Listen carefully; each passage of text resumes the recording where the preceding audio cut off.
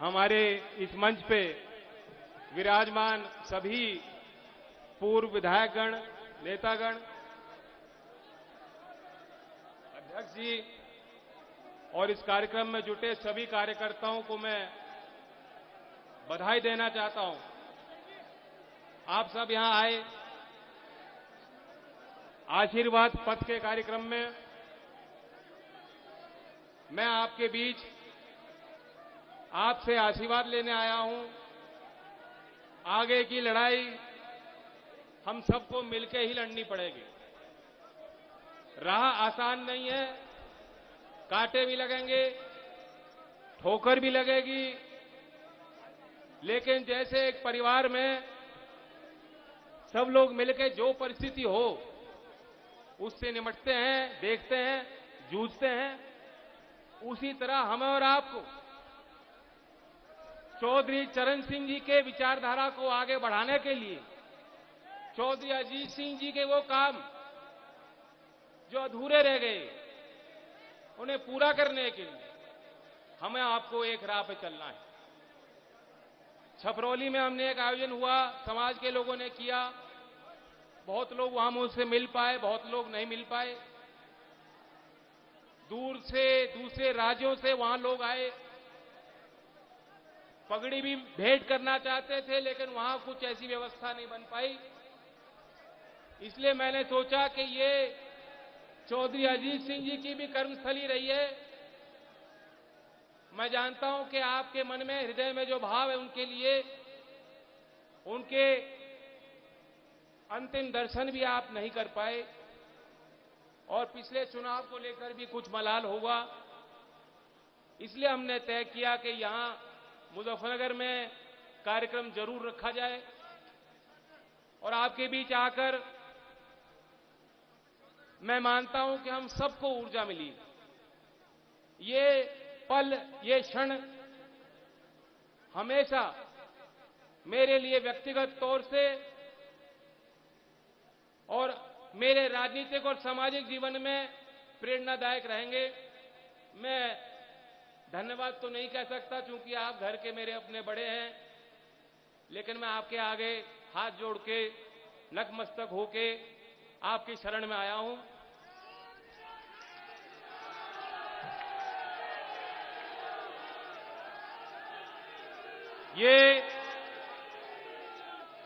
ये जो घड़ी है,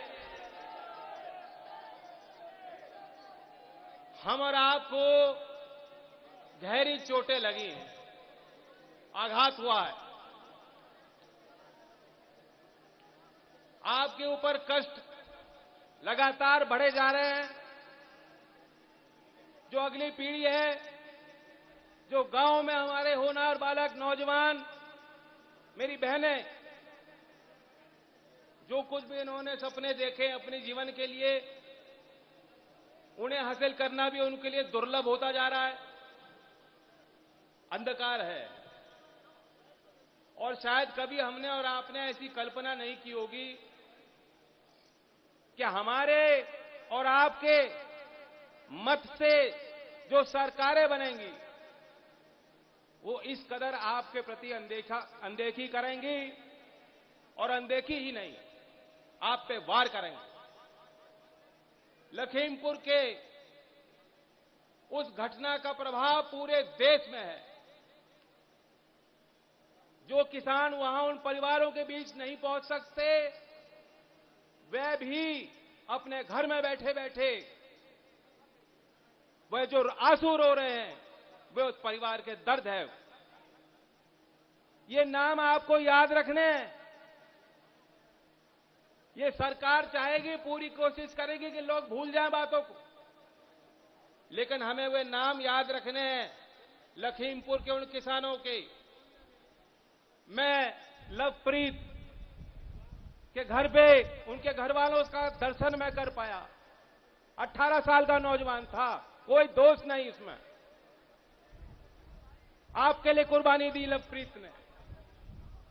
दिलजीत, नक्षत्र सिंह, जिनके बेटे आर्मी में हैं, और उनकी एक बात मैंने अखबार में पढ़ी, घर वाले बता रहे थे, अपने बेटे को कहा करते थे, बेटा तू देश की लड़ाई वहां लड़ रहा है और मैं किसानी करके देश की लड़ाई यहां लड़ रहा हूं। ऐसे थे नक्षत्र सिंह जी।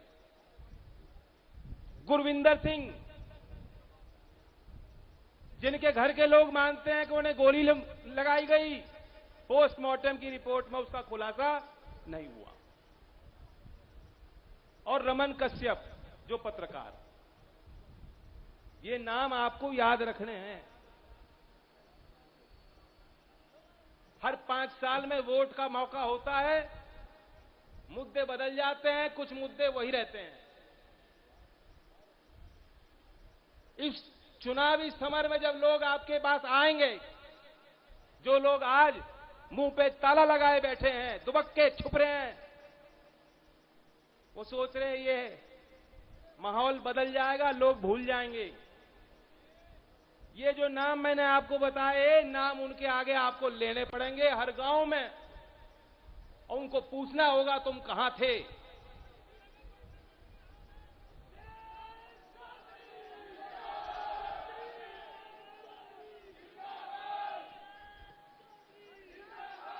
वैसे मुझे कहनी तो नहीं चाहिए, लेकिन उस शब्द का प्रयोग मैं कर लेता हूं। बदला लेना होगा आपको, बदला।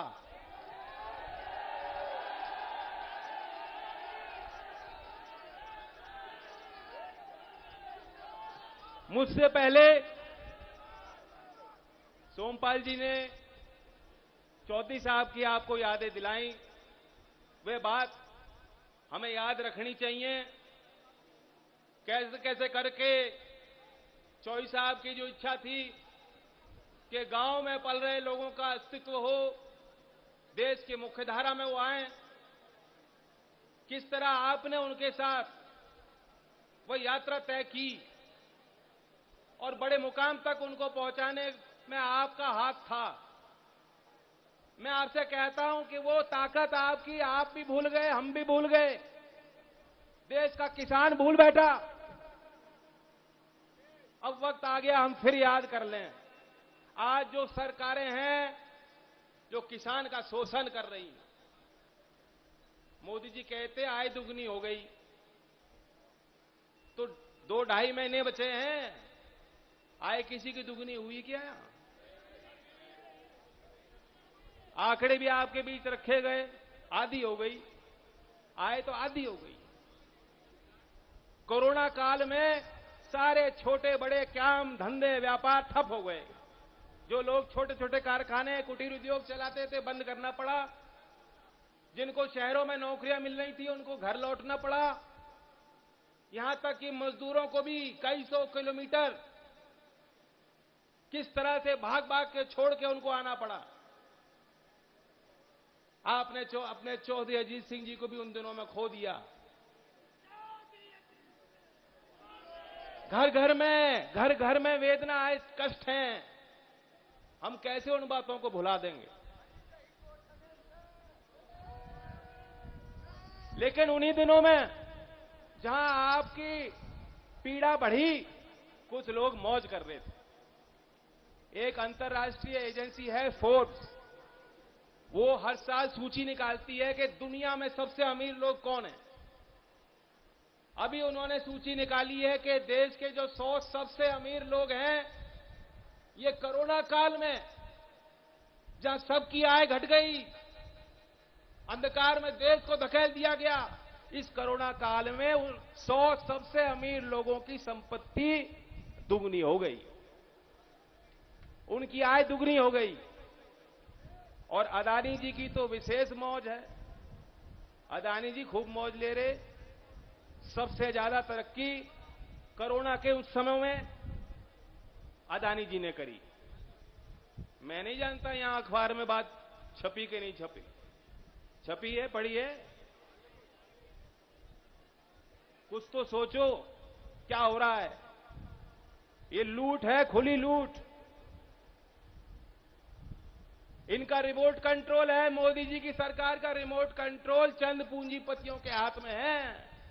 और पूंजीपति कहें नाच, तो पूरी सरकार नाचने को तैयार है। एक तो रिमोट कंट्रोल वाली सरकार है और यूपी में नो कंट्रोल वाली सरकार है। कोई कंट्रोल ही नहीं, बेकाबू। बाबा कब क्या कह दें कुछ नहीं पता किसी को। उनका बयान मैंने पढ़ा, असंसदीय भाषा, सारी मर्यादाओं को तोड़ते हुए उन्होंने कहा ये जो नौकरी की दलाली कर रहे हैं उनके छाती पे बुलडोजर चढ़ा दूंगा।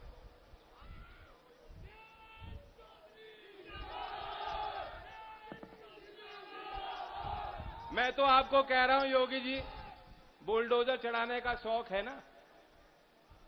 अनिल मिश्रा आपके मंत्री हैं, गृह मंत्री हैं। हमारे आपके नजर में क्या है? वो हत्यारे। जोर से बोलो, क्या है? मैं तो एक और बात जोड़ रहा हूं। इन्होंने 302 धारा लगाई, 120B की धारा लगाई कि ये षड्यंत्र में शामिल थे मंत्री पे, वो लगाई 120B। और एक और धारा है, कानून है UAPA।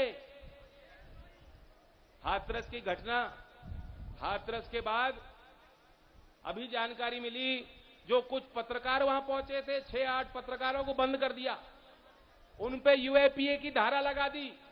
6 महीने हो चुके हैं, बंद है वो, और उनको आज तक चार्जशीट भी नहीं मालूम। उन्हें मालूम नहीं कि हमारे खिलाफ मुकदमा क्या है। ये हालात हैं। किसी के खिलाफ भी UAPA लगा देती है सरकार। अगर आप किसान की बात करोगे तो UAPA लग जाएगी आप पे, गुंडा एक्ट, NSA, आपके घर पे बुलडोजर चढ़ा दिया जाएगा। और यहां पीछे से गाड़ी चलाकर किसानों को जो रौंद देते हैं, हमारी और आपकी नजर में वो क्या है? आतंकवादी। जोर से बोलो, आतंकवादी।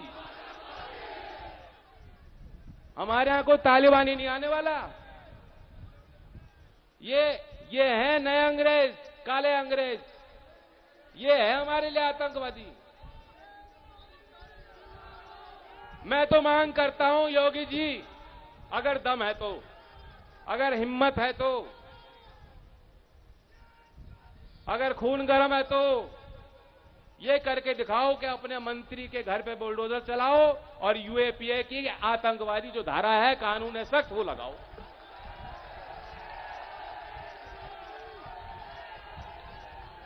पांच दिन तक मैं यूपी पुलिस को लताड़ खूब रहा हूं, लेकिन वो हमारे ही हैं जवान, उनकी गलती नहीं। वो तो ऊपर से उनके हाथ बांधे गए। 5 दिन तक गिरफ्तारी नहीं हुई बच्चे की। इसकी मंत्री का लड़का घर में ही बैठा था दुबक्के। मंत्री खुद कह रहे हैं कि तो घर में बैठा था, बाहर जाके नोटिस चिपका रहे हैं कि पूछताछ के लिए आ जाओ भैया। कभी आपने ऐसा होता देखा है? किसान की तो हालत ये, अपने खेत से मिट्टी लेकर जाएगा तो आपके पीछे पुलिस लग जाती है, जैसे बहुत बड़ी चोरी कर दी हो आपने। और इनके यहां घर पे नोटिस लगाया जा रहा है, भाई 5 दिन में भी गिरफ्तार नहीं हो पाया। सर्वोच्च न्यायालय ने फटकार लगाई, उसके बाद जो है उसको बुलाया गया, तब भी उठा के पुलिस नहीं ले गई। वो खुद पहुंचे हैं वहां से, और गर्म चाय पिलाई जा रही है उनको, मिठाई खिलाई जा रही है। किस बात की? तो ये सरकार की सोच यहां से पता लगती है, यहां से इनकी पोल खुल जाती है। बातें बड़ी मीठी मीठी करेंगे। गन्ने के विषय को लेकर प्रधानमंत्री जी ने बहुत मीठी बात करी थी। यहां गन्ने की फसल बहुत बढ़िया है, पैदावार बढ़िया है, और यहां की अब 2 मिल बची हैं। पिछले सत्र का भी अब 300 करोड़ से ज्यादा बकाया है।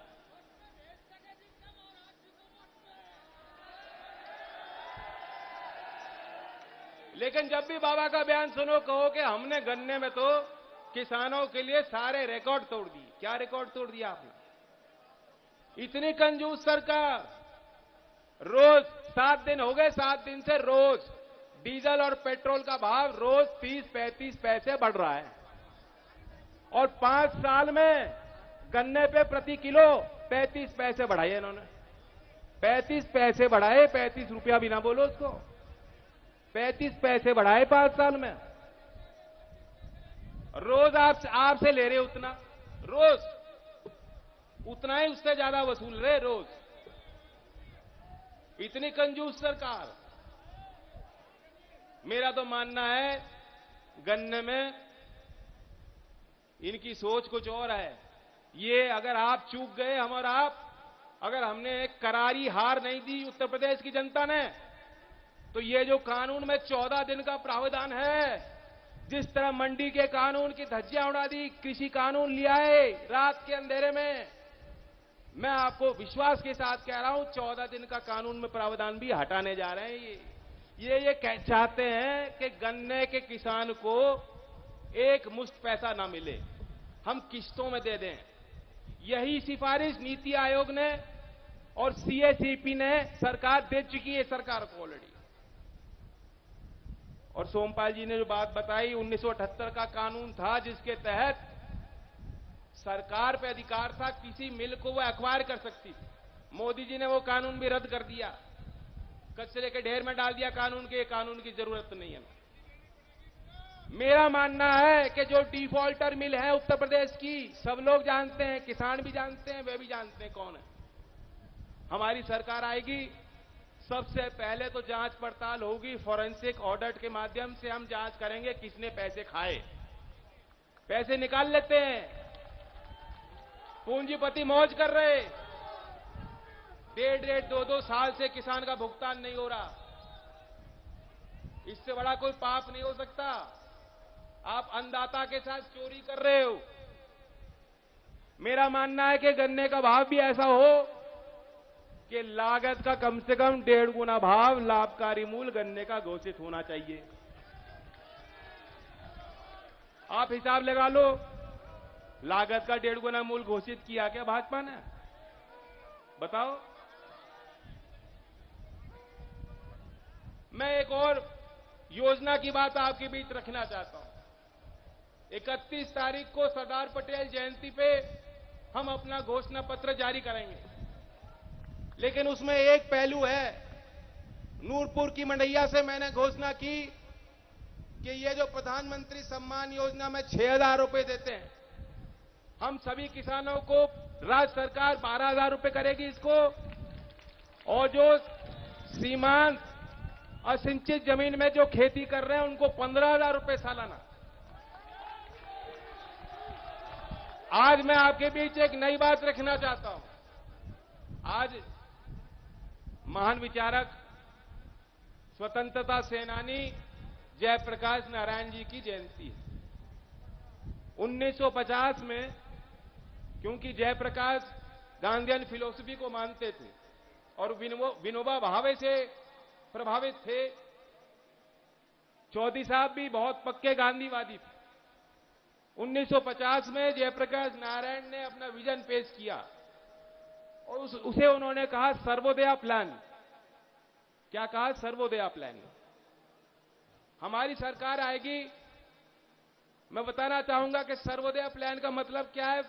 पहले तो ये समझाऊं, क्योंकि कुछ लोग जानते हैं, जो इतिहास के जानकार हैं, कुछ लोग नहीं जानते। सर्वोदय योजना, सर्वोदय का मतलब सबका विकास। ये मोदी वाला नकली वाला नहीं है। 5 मुख्य स्तंभ हैं उसके। एक तो मानवतावादी सोच को बढ़ावा देना, दूसरा हर एक व्यक्ति, इंसान को जो उसकी संभावनाएं हैं जीवन की, उसे वो आजादी देना कि वो पूरा कर पाए, यानी मानव संसाधन का विकास, उसमें कोई बाधा, कोई अड़चन ना हो। दूसरी बात।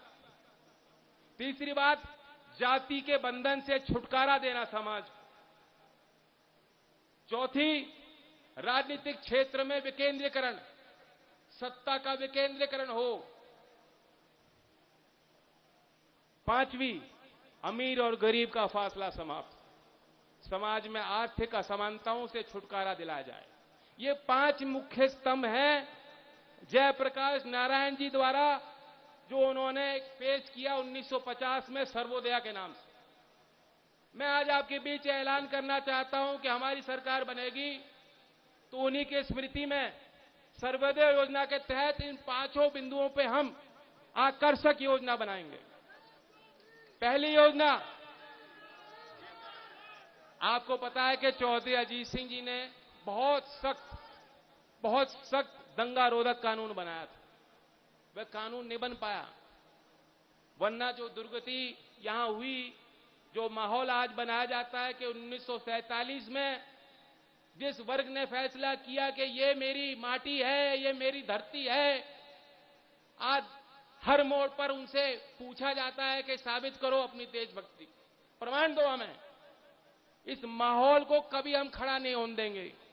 हमारी सरकार आएगी तो सभी वर्ग के लोग, बहुसंख्यक हो या अल्पसंख्यक हो, उनको सुरक्षा की पूर्ण गारंटी राष्ट्रीय लोकदल की सरकार दिलाएगी। दूसरा पहलू था मानव विकास। मानव संसाधन का विकास कैसे होगा? बेहतर शिक्षा देके होगा, बेहतर तालीम देके होगा, और कोई रास्ता नहीं है। शिक्षा का स्तर बेहतर करना है, और उसके अंतर्गत हमारी योजना क्या है? हमारी योजना यह है कि जो दुनिया में सर्वश्रेष्ठ प्रतिष्ठित विश्वविद्यालय हैं, 500, कुछ हमारे देश में आईआईटी हैं, आईआईएम्स हैं, कुछ दुनिया में हैं, जहां भी हो, अगर कोई एससी एसटी या पिछड़े वर्ग से बच्चे को वहां एडमिशन मिल जाती है तो उसका खर्चा हमारी उत्तर प्रदेश की सरकार उठाने का काम करेगी।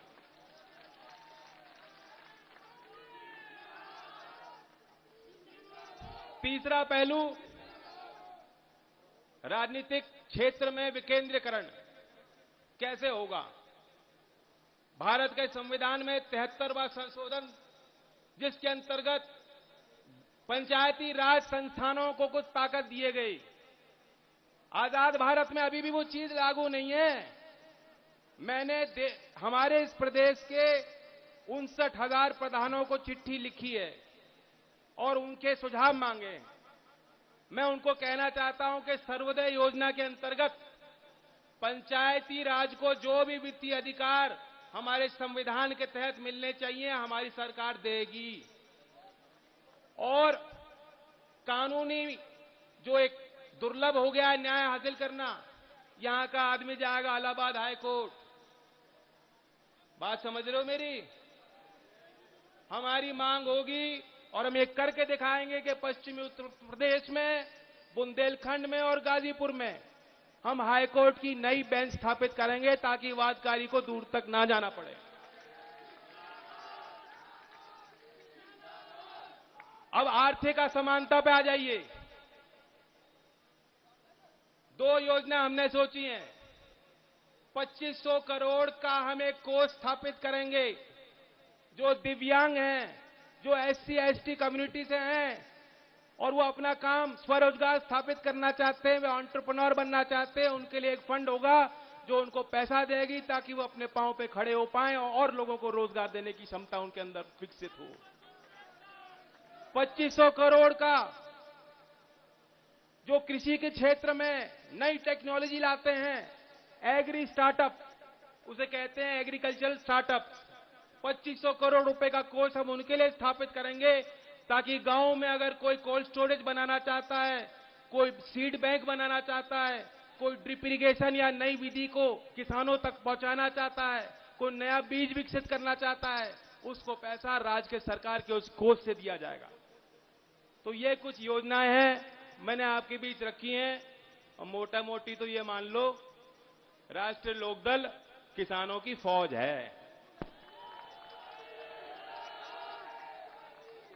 हमारा वर्कर अपनी छाती आगे करेगा आपसे, आप पे कोई आंच ना आए, और जब आपकी सरकार बनेगी, जो फौज है आपकी, वो ये सुनिश्चित करेगी कि आपकी पूरी मौज हो, मौज। तो आप सब बहुत सतर्क रहने की जरूरत है। मुझसे पहले लोगों ने, वक्ताओं ने बात रखी, मुजफ्फरनगर का आदमी उस बात को जानता है, समझता है। आज जो माहौल बन रहा है उसे बनाए रखें, जो एकता हमारे बीच में बन रही उसे बनाए रखें, हर वर्ग में जाएं। चौधरी चरण सिंह जी की यही पहचान थी कि वो किसी एक जाति, एक धर्म तक सीमित नहीं थे। पूर्वांचल की जमीन पे आप जाएंगे, वहां यादव हो, कुर्मी हो, किसी भी जाति का काश्तकार हो, मजदूर हो, वो ये मानता है कि चौधरी चरण सिंह हमारे थे। जब तक हम ऐसी भावना दोबारा पैदा नहीं करेंगे, आपका ये मंच मजबूत नहीं हो पाएगा। तो इसलिए मैं आपसे कहना चाहता हूं कि अगर आप मुझे पक्के वाला आशीर्वाद देना चाहते हो, पक्के वाला ही देना चाह रहे हैं ना, तो तब होगा अगर हम और आप निकल पड़ेंगे। गांव में जाइए, बस्ती में जाइए, घर घर जाइए, समझाइए लोगों को।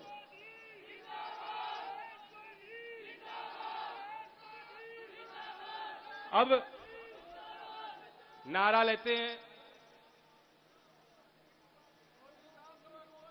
किसान मजदूर